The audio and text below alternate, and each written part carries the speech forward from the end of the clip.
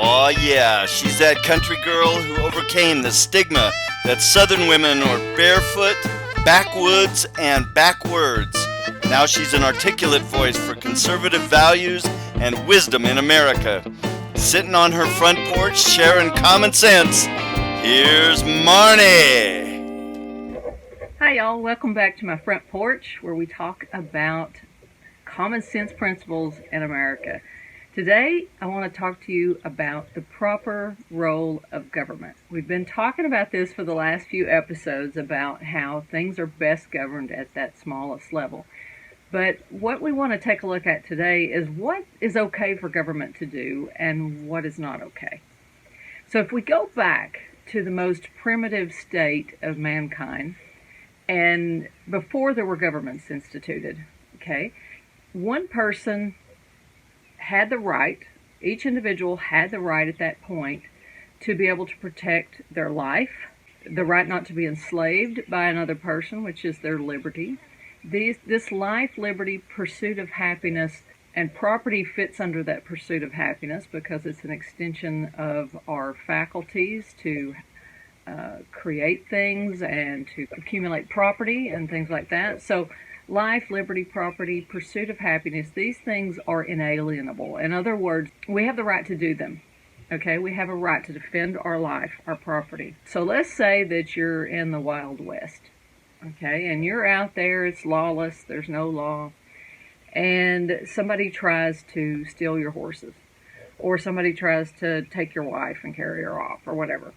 Well, you have a right to defend, and if necessary, you can even kill to protect your life, right? You have that self-defense ability to do that, and it's totally moral to be able to do that. If there was a lot of lawlessness in the West, it became where they had to constantly be on a vigil to protect their property or their lives or their women, their children.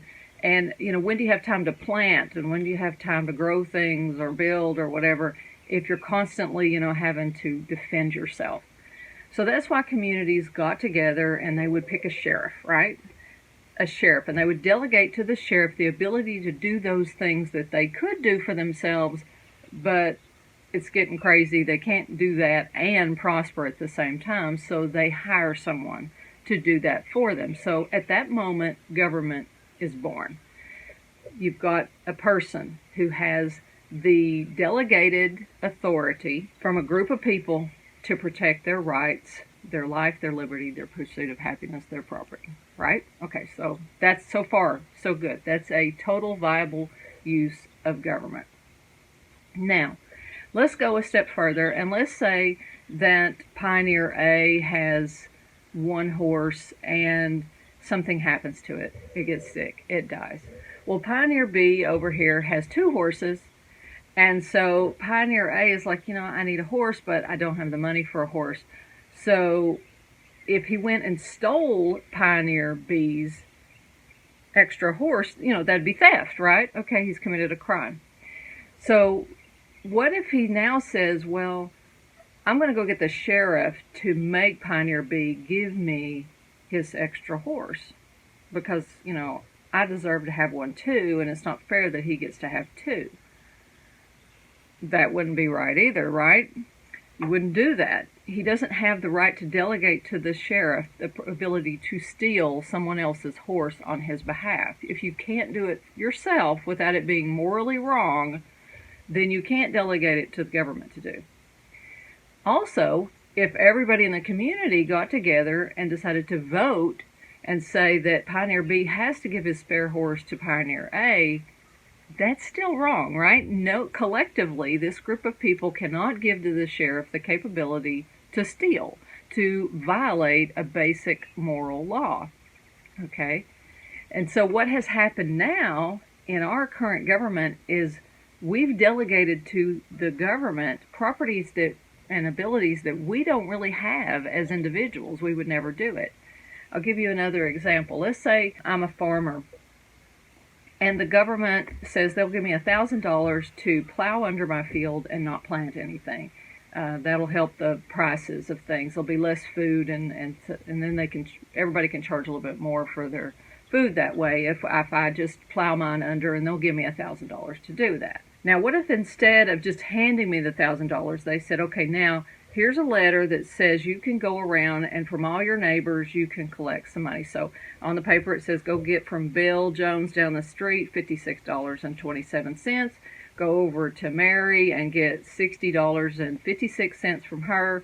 Go over to Fred and get, $25.76 for him. And I got to go and knock on that door and ask each of these people and say, pay me. Yeah, I plowed under my field, and you got to pay me the money you earned for the money I didn't earn, but I didn't do any work, but you got to give me that money.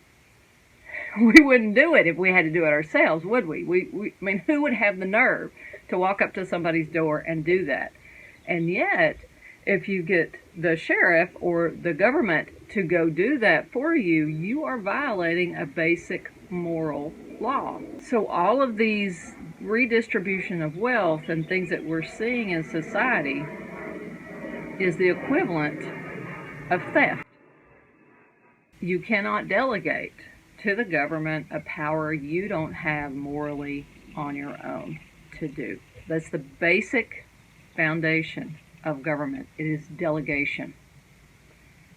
So think about that. Anytime the government is going to do something, think, would I feel right going to my neighbor and taking money from them to do that? Now, the government has a right to collect funds from people to protect.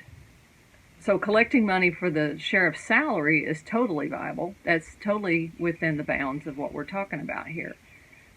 Or collecting money to defend our borders as a nation or communities. That's totally within reason, because you can't expect these people to do this for free, put their lives on the line for free every day. You just don't expect that.